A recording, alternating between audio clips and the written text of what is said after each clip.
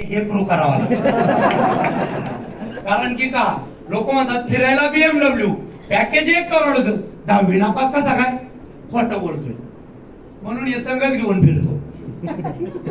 Original पण गाडी दे, 10वी नापास. सर जोरदार क्लॅपिंग सरांसाठी, थँक्यू. उत्तर द्या. 10वी नापास सांगतोय तुम्हाला, आठवडा 2,10,000. हॅलो, 10वी नापास सांगतोय 1 करोड पॅकेज. 10वी नापास सांगतोय BMW वर्किंग कार आहे. हॅलो हॅलो, आता तर विश्वास आहे का नाही? आता तर बिझनेस करायला पाहिजे का नाही? अजून काय पुरावे पाहिजेत? नाही ना? मग काम करावा. मित्रांनो, मला एवढंच सांगायचंय, जे या माय लेक्चरच्या स्टेज वरती चालतं ना ते खरं चालतं. खरं जेवढं आहे बघा, मी तुम्हाला आता विचारतो, 10वी नापास 1 करोड इन्कम, फिरायला BMW, काय मॅच होतंय का? काय मॅच होतंय? जे खरं आहे हेच लोकांना हजम नाही होत, तर खोटं बोलायची गरज काय? Yes or no? 10वी नापास करोडो रुपयाचं बॅकग्राऊंड असणारा व्यक्ती तुम्हाला सांगतोय की माय लाईफस्टाईल ही काळाची गरज आहे. Yes or no? करायला पाहिजे की नाही? मग करायला पाहिजे की नाही? जाता जाता एक उदाहरण देतो आणि तुमची रजा घेतो. खूपच चुकले तुम्ही, त्याच्यात मी मोठे मोठे बॉम्ब टाकले. बरं, मोटिवेशन थोडा कागदच दाखवला. काही काही इथे इगोचे गुबारे होते ना, ते म्हणतात बोलायला काय जातंय, पण या बाबांनी तर दाखवलं, पण साख्या डोळ्यांनी बघितलं पण. Yes or no? Yes or no? तर जाताना एक उदाहरण सांगतो आणि तुमची रजा घेतो. आपल्या लाईफचं काय चाललंय याचं उदाहरण सांगतो. कुणाच्या? माय लाईफस्टाईलचं नाही, सगळ्यांच्या. चालेल? इंटरेस्टिंग. आज तुमच्या लाईफचं काय चाललंय सांगतो मी. जाऊ द्या, पुढच्या वेळेस ठेवू. तुम्हाला काय ऐकायचं आहे? आपले लोकच राहतात, नको म्हणताय काय ऐकायचंय? नक्की. आपल्या लाईफचं काय चाललंय ते तुम्हाला सांगतो. तुम्हाला तुमच्या इकडं उपवास असतात. मॅडम म्हणजे आजच काहीतरी अष्टमी उपवास. अरे आहे का नाही? बोला ना. उपवास आहे ना? धरता ना तुम्ही? आजचा जाऊ द्या, पण उपवास तर धरता. सिंपल माझा प्रश्न आहे, आपल्या लाईफचं काय चाललंय ते तुम्हाला समजून सांगतो. चालेल ना? उपवासाला वेपर्स खातात,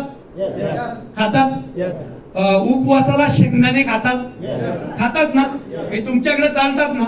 तर मला सांगा, उपवासाला शेंगदाणे किंवा वेपर्स खाल्ले तर फराळाचं झालं, प्रसाद झाला.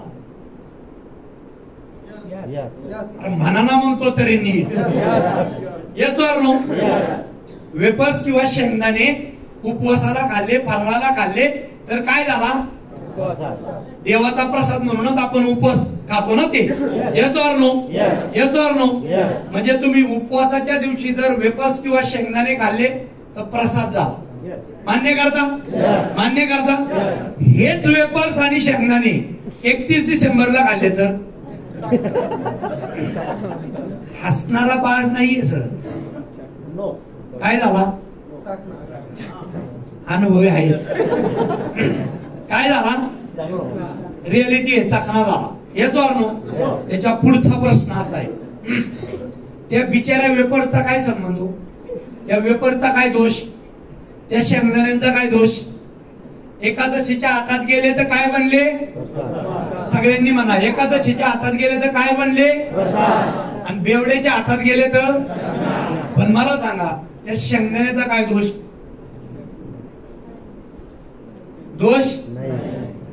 दोष त्यांचा काहीच नाही. Yes or no? मग आपल्या लाईफचं पण असंच झालं. आपली लाईफ कुणाच्या हातात आहे? आज तिथे इथं नसते. आपली लाईफ आहे सुपरवायझरच्या हातात, आपली लाईफ आहे एका डिग्रीच्या हातात, आपली लाईफ आहे पावसावर डिपेंड, आपली लाईफ आहे पंचिंग मशीनवर, आपली लाईफ आहे बॉसच्या हातात, आपली लाईफ आहे कंपनीच्या हातात. Yes or no? Yes or no? काहींची लाईफ आहे बायकोच्या हातात. हो, हे पण खरं आहे. काय झालंय आपल्या लाईफचा? अरे सांगायला पण डेअरिंग लागते सरांसाठी. जोरदार क्लॅपिंग झालं पाहिजे. म्हणून म्हणलं ना भामटे आहेत सगळे. सर सोडले तर मान्य करीत नाही. फक्त काय झालाय लाईफचा? झालाय ना? झालाय ना? मी आल्यावर नाही झाला, आधीच झालेला आहे. Yes or no? Yes or no? मग त्याचीच बाजू सांगतो. ते तुम्ही शेंगदाणे झालेत बेवड्याच्या हातात, टाकणार आलाय. Yes or no? दुसरी बाजू सांगतो. माय लाईफस्टाईलच्या हातात या, प्रसादाचे शेंगदाणे आणि वेपर झाल्याशिवाय राहणार नाही, याची 100% guarantee.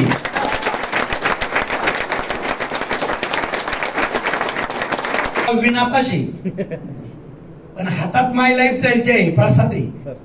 Yes or no? Yes or no? तसं मार्केटमध्ये 10 नापास काय करू शकतो? Watchman, housekeeping, helper. Yes or no?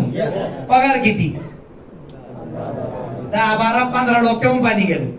Yes or no? पण बघा ना, माय लाईफस्टाईलच्या हातात आलो, लाईफचा प्रसाद झाला. झाला का नाही झाला? 10वी नापास, 1 करोड वर्षाला पॅकेज, BMW, सगळ्या गोष्टी. Bangkok, Pattaya, Thailand, Malaysia, foreign country, rich lifestyle. Yes or no?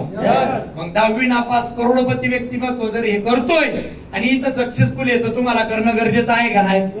Yes or no?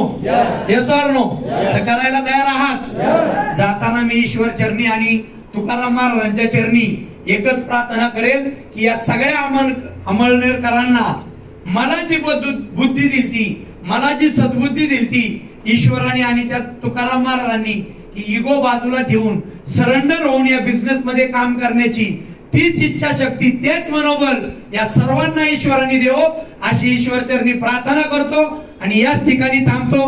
Wish you all the best. जय हिंद, जय माय लाईफस्टाईल.